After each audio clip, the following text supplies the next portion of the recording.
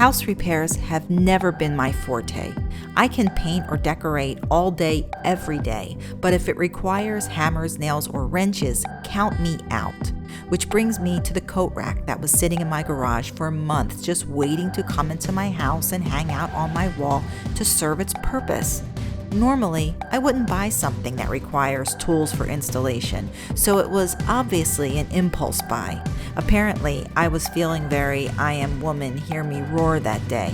But last week, as I pulled into my garage and walked past the unused coat rack for the umpteenth time, I decided it was time to act.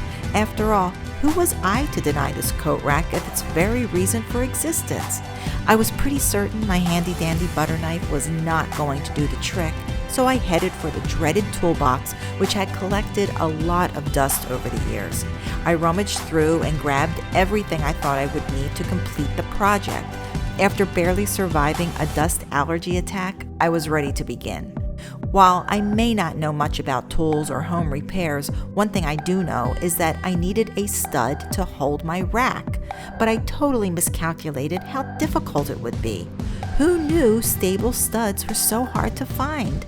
I suppose I could have paid money for a stud finder, but I didn't want to waste any more time, so I decided to try and find one the old-fashioned way.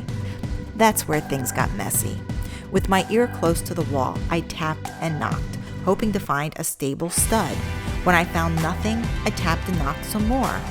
There had to be some stable studs somewhere, at least one.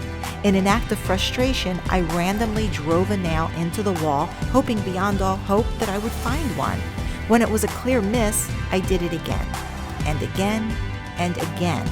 Before long, there was a row of holes across the wall more than a foot long and a blanket of drywall dust at my feet, and still no stud.